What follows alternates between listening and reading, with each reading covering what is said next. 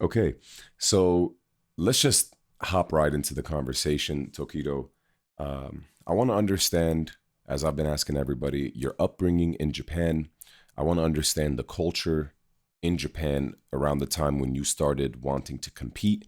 And how is it that you met Daigo and convinced your parents to be able to do this as a full time gamer? Okay, so to start with the answer, first of all, I originally got into fighting games when I was just 7 years old. So the first time I was introduced to fighting games was playing Super Nintendo with my friends at my friend's house. And that's how I sort of, got to know Street Fighter 2. At first, I had fun just playing single player mode and going up and beating Bison and just doing that over and over was fun. But, so I sort of got entranced with Street Fighter 2 through that experience on Super Nintendo. And then when I got into middle school, a couple of years later, that's when I got into playing in arcades, so-called game centers, as we call them in Japan. Yeah. And the thing is, in Japan, game centers weren't really considered a good place by society. Mm. First of all, they smelled like cigarette smoke, and there were kind of a lot of, for lack of better words, like um, not so nice people that hung out at these places. And Okay. so そういうんだ。at at first, I started going to these the local game centers in my town. And so, although I'm from Yokohama, I'm kind of from the countryside in Yokohama. And of course, Japan has arcades everywhere. So I just went to my local arcade in my small part of Yokohama at first. And then from there, got wanted a new challenge. So I started going to the biggest arcade in Yokohama City, which had a lot more competition. And then when I wanted the new challenge after that, I started going into Tokyo to the Shinjuku area, where at the time there was a really famous arcade in Shinjuku More Streets, which was just called More Amusements. And once I started going to that arcade, that's when I started meeting Daigo, Onuki, et cetera, like all the famous players of that time. At first, of course, I didn't just talk to them right away. I got to know them by playing games with them, and after playing games with them for so long, then there was sort of a reason for me to approach them, and we were able to start having conversations. So as for my parents, my one thing about my parents is that they were like in my dad's young days, he really wanted to be a musician. It's something he really wanted to do, but kind of couldn't do it, and so he regretted that. And Mm. so when he saw my skill level in fighting games, I think he maybe sort of saw that and thought that, that I might have that talent that he had in music. Oh, that's And beautiful. so, yeah, that was the reason he allowed me permission to sort of try out in professional fighting games. When he had met Daigo and Nuki, were they already household names? Or, because I'm assuming this is, you said middle school. He was probably around 12 years old at this time. What was the scene like at that time? Where who was the strongest? What was the most popular game? All of that. All right, so were Daigo and Onuki already household names? So kind of. So let me tell you a little bit about my past. When I was in middle school, I was actually in the same school as another player that you may know called MOV. Oh, MOV happened to be really, how to say, detailed and kind of knew a lot about the fighting game scene. The reason he knew about the fighting game scene is because he was reading like a monthly game magazine publication in Japan that was popular at the time called Gamist. And so Gamist magazine was, for context, this is kind of like in America, we have like Game Pro and Electronic Games Monthly at the time. In Japan, we had Gamist, and MOV was always buying and reading those magazines like during school and after school. And so I actually went to the arcade with MOV together on the way home from school. And he said, Tokido, there's these two amazing players in Street Fighter 2, Umehara and Onuki. It would be great if we could fight with them one day, don't you think? And so, MOV sort of supplanted this idea in Tokido's head. I love it. And so when it came to like when Third Strike came out and the Street Fighter 3 Third Strike national tournament was announced for Japan, I entered it with MOV, but before we entered together, he actually went to Daigo and asked Daigo to team up with him, and Daigo said no. Oh man. Yeah, so that's why he teamed up with me. Damn, so he's the homie. He tells me to about fighting games, and then he goes behind my back and asks Daigo to team up, and then I'm the second choice. Damn. So basically, MOV went and asked Daigo, and that was the first time MOV ever talked to Daigo. Oh wow. Daigo had no idea who this guy was, who MOV was at all, and Yeah. MOV went and asked him to be on his team together. Hell yeah. Takes a lot of balls to do that. All right, yeah, keep going. As far as game popularity, at the time when SF2 came out, of course, it was like a huge uproar, like extremely popular. And then, the successors started to come out, like the Street Fighter Alpha series and Street Fighter, Street Fighter Third. So, like when Street Fighter 3 New Generation and subsequently Third Strike came out, it started becoming more of just the hardcore players only. Mm. And a lot of the original kind of push from Street Fighter 2 was dying out, to be honest. And also at that time, other game genres were starting to become more popular. So, it was definitely on the way down at that time when I started playing more.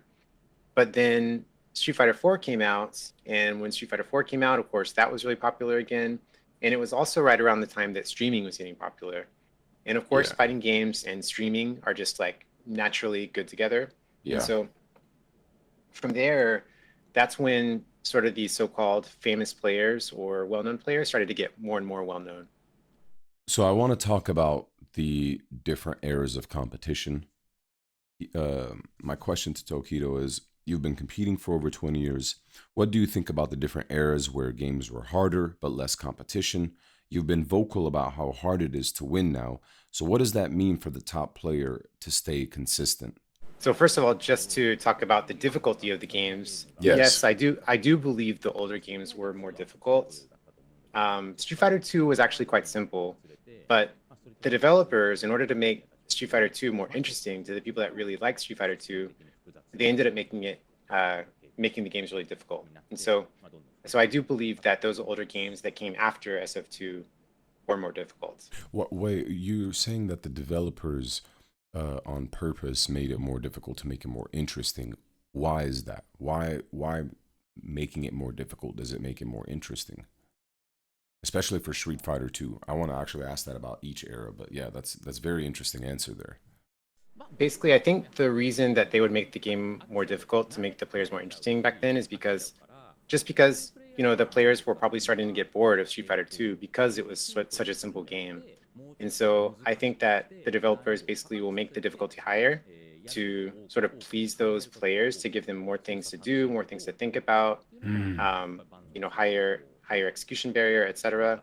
And I think that's why we saw that trend in the very beginning.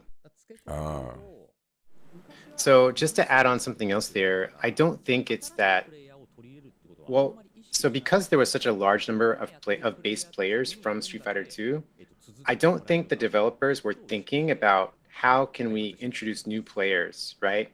Because oh, Street Fighter 2 was such a huge boom and there were so many fighting game players that they weren't thinking about like how do we increase the number of players. They were thinking about how do we make the existing player base satisfied. yeah. It's a really important distinction there. How do we make the existing player base satisfied?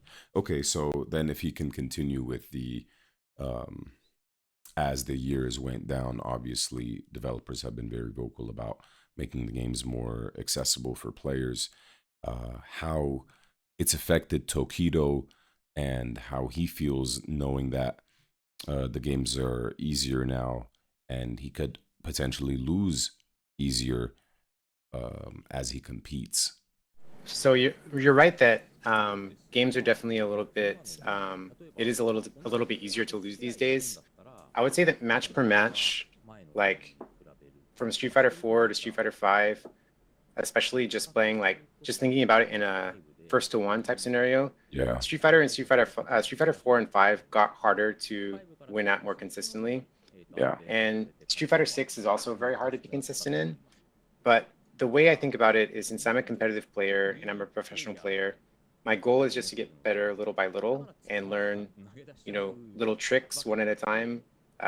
Basically small tricks within the game, and just build my knowledge up over time to try to be as consistent as possible. And of course, there's lots of different types of tournament styles and rules as well. So there's Mhm. like single elimination, double elimination, and then there's tournaments with longer sets, sort of like Topanga Championship.